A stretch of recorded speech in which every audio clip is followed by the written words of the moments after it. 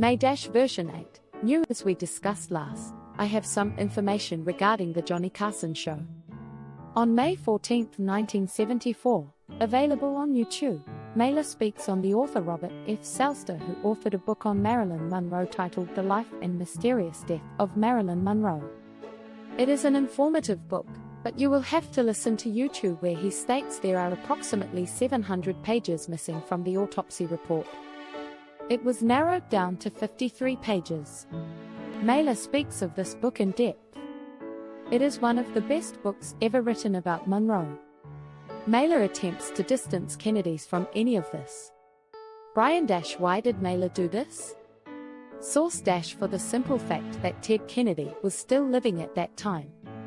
Over the years, starting around 1967, I was invited to a number of William Latham Thanksgiving dinners. Latham was an executive for Warner Brothers and worked for them starting in the 1950s until around 1983. He lived in Studio City. One of the dinners I attended, there were old celebrities there such as Dana Andrews, Jane Russell, Fred McMurray, and journalist Jim Bacon.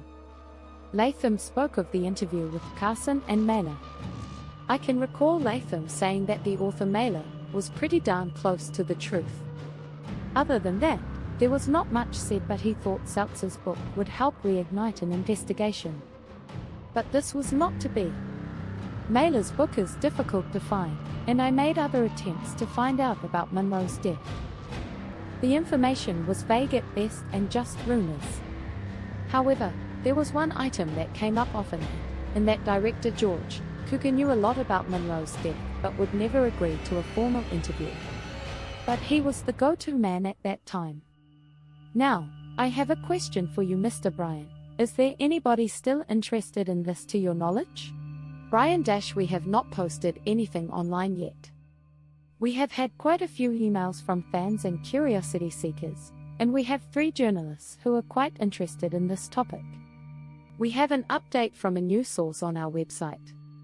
This has to do with the September 2, 2017, news article which originates from the New York Post and author Mark Shaw. Although our source states that Mark Shaw gave a gallant attempt to reignite an investigation, he was not aware of his surroundings. He did not take into consideration that the officers were not even born in 1965. But because there were rumors swirling around Kilgallen's death for decades, they were not going to get involved in case the rumors were true. Due to the fact that this had to do with a deceased politician connected to the 1964 political race in the state of New York. Source - I was never given a name, but the individual I spoke with, who was a retired detective, mentioned to me that what everyone was dealing with was that the individual would be considered at this time a deceased political sociopath. That is the reason. The next segment will be sometime in July, regarding specifically how Dorothy Kilgallen died and how 2 men were able to gain entrance to her townhouse. This has to do with the November 7th or 8th Western Union Courier retrieving Kilgallen's column within the confines of the service entrance door. We will refer to these 2 men as the Night Crawlers. This November 8, 2018, obituary originated from the New Orleans Times-Picayune. This obituary has not been seen on any other websites for reasons unknown.